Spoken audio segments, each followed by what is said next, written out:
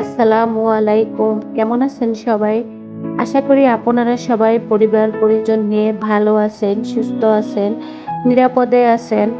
আমিও আলহামদুলিল্লাহ আমার পরিবারের সবাইকে নিয়ে ভালো আছি।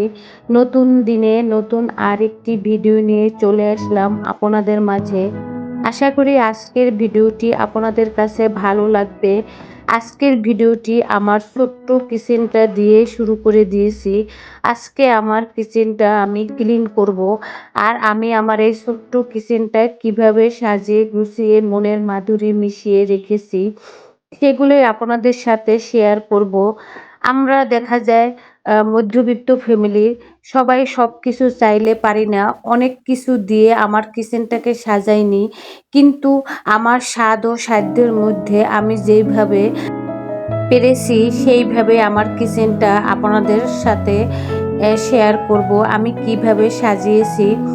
অনেকে অনেক দামি দামি জিনিস দিয়ে কিচেন সাজিয়ে থাকে। আমার কিচেনে দামি কোনো জিনিস নেই, কিন্তু তারপরও আমি আল্লাহর কাছে অনেক অনেক শুকরিয়া জানাই যে আমি যেইভাবে আছি আমি আল্লাহ তাআলার কাছে অনেক অনেক সন্তুষ্ট। আল্লাহ তাআলা আমাকে যেইভাবে রেখেছেন এইভাবে আমি আল্লাহ তাআলার কাছে শুকরিয়া জানাই। এর চেয়ে আমার বেশি কিছুর প্রয়োজন নেই। আমার যা কিছু আছে তাই নিয়ে আমি অনেক অনেক সন্তুষ্ট। তারপরে সকালের নাস্তাটা অফ ক্যামেরায় সেরে নিয়েছি। তারপরে কিচেনে কিছু এঁটো বাসনপত্র হয়েছে সেগুলো এখন ক্লিন করে নিচ্ছি।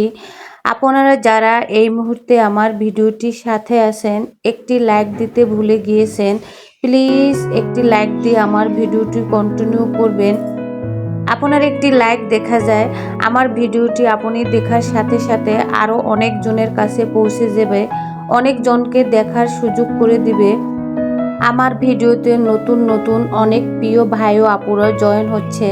তারা আমার ভিডিওটির যদি কোথাও কোনো কথা বা কাজ আপনাদের কাছে ভালো লেগে থাকে তাহলে চাইলেই আমার নতুন ভাই ও আপুরা আমার চ্যানেলটিকে একটি সাবস্ক্রাইব করে নিতে পারেন।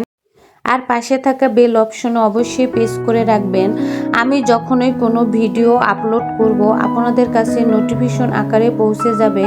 আপনি সময় সুযোগ করে আমার ভিডিওটি দেখে নিতে পারবেন।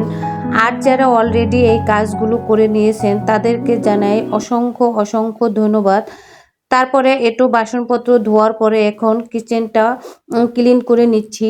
প্রথমেই কিন্তু বেসিং এরিয়াটা পরিষ্কার করে নিয়েছি। আমার বেসিংয়ের কলের সাইডে যে দুইটা কিচেন হোল্ডার আছে ওই দুইটার উপরে আমার হ্যান্ড ওয়াশের জারটা এবং আর্টিফিশিয়াল দুইটা ফুলের টপ আছে ওই দুইটা পরিষ্কার করে নিয়েছি। তারপরে চলে আসলাম এই যে কর্নারটা, এই কর্নারটা দেখা যায় সব সময় পরিষ্কার করা হয় না, 15 দিন পর বা মাসে একদিন পরিষ্কার করি। আজকে পরিষ্কার করে নিচ্ছি আর আপনাদের সাথে শেয়ার করতেছি। এই কর্নারটা এসএসের, এটা অনেক দিন আগে কিনেছি। এই কর্নারটা কিন্তু আমার খুবই পছন্দের একটি কর্নার। এটা দেখা যায় এখনো নতুনের মতো আছে। 7-8 বছর হয়ে গিয়েছে এই কর্নারটা কিনেছি, এখনো মাশাআল্লাহ এখনো নতুনের মতো দেখাচ্ছে। তারপরে কর্নারে আমি আমার নিত্য প্রয়োজনীয় যেসব জিনিস কিচেনে দরকার হয় সেইগুলো রেখেছি। এখন সেই জারগুলো একে একে পরিষ্কার করে নিচ্ছি। কর্নারের উপর যে ফুলের টবটা রেখেছি এই ফুলের টবটা কিন্তু আমার খুবই পছন্দের একটি টব।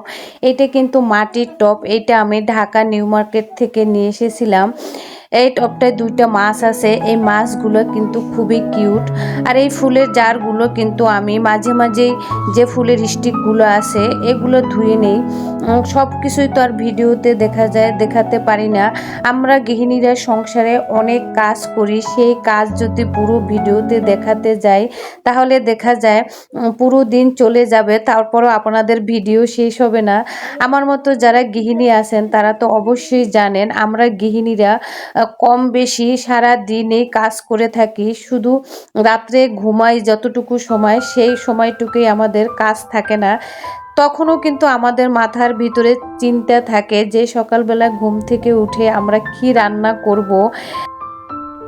তারপরে এই যে আমার হাতে যে ঝুড়িটা দেখতেছেন এই ঝুড়িটায় কিন্তু আমার দুই ছেলের দুইটা মামপট, তারপরে ফ্লাক্স, আরও অনেক প্রয়োজনীয় কিছু জিনিস রেখেছি। এই যে মশার যে স্প্রে আছে ওইটা রেখেছি, নারিকেল তেল। অনেক সময় দেখা যায় আমার মাথায় বেশিরভাগ সময় তেল দিতে মনে থাকে না, এই জন্য চোখের সামনে রেখেছি। কেননা আমরা দেখা যায় গৃহিণীরা দিনের বেশিরভাগ সময় রান্নাঘরে কাটিয়ে থাকি, এই জন্য একটু বুদ্ধি করে চোখের সামনে রেখেছি যে যদি এটা চোখের সামনে থাকে দেখা যায় আমার মাথায় তেলটা দিতে মনে থাকবে। এই জন্য নারিকেল তেলটা আমি এই ঝুড়িতে রেখেছি। আমি যখন ভয়েস দিচ্ছি বাহিরে প্রচুর মুষলধারে বৃষ্টি হচ্ছে এবং বিদ্যুৎ চমকাচ্ছে এবং গুরুম গুরুম শব্দ হচ্ছে। আপনারা একটু খেয়াল করলেই বুঝতে পারবেন ভিডিওতে যে শব্দগুলো কিন্তু আমার ভিডিওতে আসতেছে। আমি যে কাউন্টারটা পরিষ্কার করেছি ওইখানে আপনারা একটি সাদা পাইপ দেখেছেন, ওই পাইপটি আমার গ্যাসের চুলার পাইপ। আমি সিলিন্ডার গ্যাসটা বাহিরে রেখেছি, কেননা ইদানিং শুনতে পাই যে সিলিন্ডার গ্যাসে অ্যাক্সিডেন্ট হয়ে অনেক মানুষ মারা যাচ্ছে। এর জন্য আমার রান্নাঘরে সিলিন্ডার গ্যাসের বোতল রাখি না, বাহিরে রেখে দিয়েছি। এর জন্য এই জানলা দিয়ে বাহিরে রেখে দিয়েছি। এর জন্য এই পাইপটা আমার প্রায় ভিডিওতে আপনারা দেখে থাকবেন। যারা আমার ভিউয়ার্স আছেন, আমার ভিডিও প্রতিদিন দেখেন, তারা অবশ্যই এই পাইপটা কিন্তু দেখে থাকবেন। এর জন্য আজকের ভিডিওতে বলে দিলাম এই পাইপটা কিসের। এখন আমি একে একে কিন্তু অনেক কিছু পরিষ্কার করে নিয়েছি, সেগুলো আর ভিডিওতে পুরো দেখাতে পারিনি। তারপরে এখন এই যে এই র্যাকগুলো পরিষ্কার করে নিচ্ছি। এই যে র্যাকটা দেখতেছেন, এই র্যাকটাই কিন্তু আমার যা যা প্রয়োজনীয় জিনিস প্রতিদিনের দরকার হয় সেগুলোই রেখেছি। কিচেন রুমে যা যা নিত্য প্রয়োজনীয় জিনিস দরকার হয় সেগুলোই রেখেছি, আর বাড়তি কিছু রাখিনি। তারপরও দেখেন পুরো কিচেনটা একদম ভরপুর, কোথাও কোনো অন্য কিছু রাখার জায়গা নেই। আমি আমার নিত্য প্রয়োজনীয় যা যা কিছু আছে সবগুলো এই কিচেনটায় রাখার চেষ্টা করেছি। তারপরে এই র্যাকগুলো পরিষ্কার করে চলে আসলাম রান্না করি যেই আমি চুলাটায়, আমি এই ইনফিনিট চুলাটায় সব সময় রান্না করি। আপনারা অবশ্যই ভিডিওতে দেখে থাকেন। আমি কিন্তু বেশিরভাগ সময় কারেন্টের চুলায় রান্না করে থাকি। মাঝে মধ্যে যদি কারেন্ট চলে যায় তখন দেখা যায় গ্যাসের চুলা ব্যবহার করি। তারপরে এই যে আমি তেলের জার যে একটা ট্রেতে রেখেছি, এই ট্রেটাও পরিষ্কার করে নিলাম।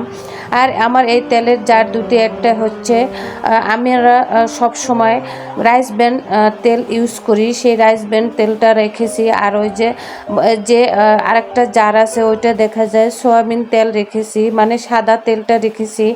এই তেলটা দেখা যায় ভাজা পোড়ার কাজে ব্যবহার করি, এই জন্য এই ভাজা পোড়ার কাজের জন্য এটা রেখে দেই।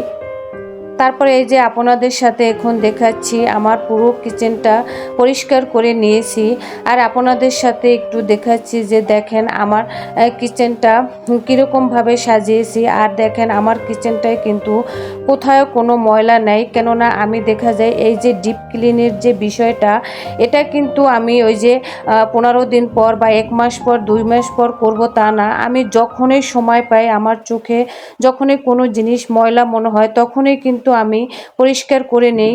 ওই যে একদিন সব মিলে পরিষ্কার করব সেইভাবে আমি কখনো কিচেন পরিষ্কার করি না। এই যে দেখেন প্রত্যেকটা র্যাক কিন্তু আমার একদম সুন্দর পরিষ্কার পরিচ্ছন্ন চকচক করতেছে। পুরো কিচেনটা যদি আমি একদিনে পরিষ্কার করতে যাই দেখা যায় সংসারে অন্যান্য আর কাজ করতে হবে না, শুধু এই কিচেনের পেছনেই যাবে। কেননা আমরা একটি কিচেনে আমাদের অনেক কিছু রেখে থাকি, এগুলো যদি সব পরিষ্কার করতে যাই আমি তো মনে হয় না একদিনে সম্ভব। তাহলে দেখা যায় রান্নাবাড়ি বন্ধ করে এই পুরো কিচেনের যে জিনিসপত্র আছে এগুলোই পরিষ্কার করার পেছনে লেগে থাকতে হবে। সময় সুযোগ মতন যখন যেইটা পরিষ্কার করার প্রয়োজন হয় তখন সেইটা পরিষ্কার করে নিই, আর ধুয়ে মুছে নেই। এইভাবে আমার কিচেনটাকে আমি সব সময় পরিপাটি করে সাজিয়ে গুছিয়ে রাখি। আপনারা সবাই ভালো থাকবেন, সুস্থ থাকবেন, নিরাপদে থাকবেন। আমার পরিবারের সবার জন্য দোয়া করবেন। আজকে এই পর্যন্তই। আল্লাহ হাফেজ।